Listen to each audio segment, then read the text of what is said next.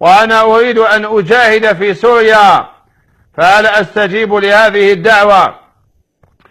يا أخويا، ما دام القرضاوي راهو يدعو الشباب تاع المسلمين باش يجاهدوا في سوريا، يبدأ بولاده.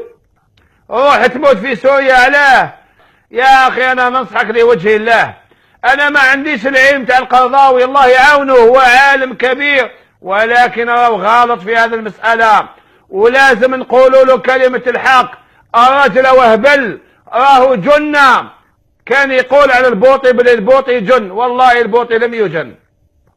البوطي مات شهيد وقتلوه رحمه الله بفتوى القرضاوي، والآن القرضاوي لم يشبع من الدم.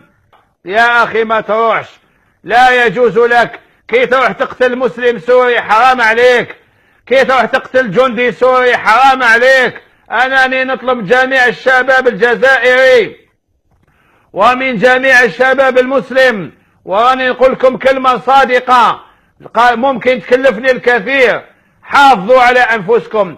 ما كاش جهاد في سوريا، كاين فتنة، ومن يقاتل هو قتال في زمن الفتنة، قتال في زمن الفتنة. هكذا كانوا يقولوا: روحوا المالي، روحوا منا، روحوا منا، غير فلسطين.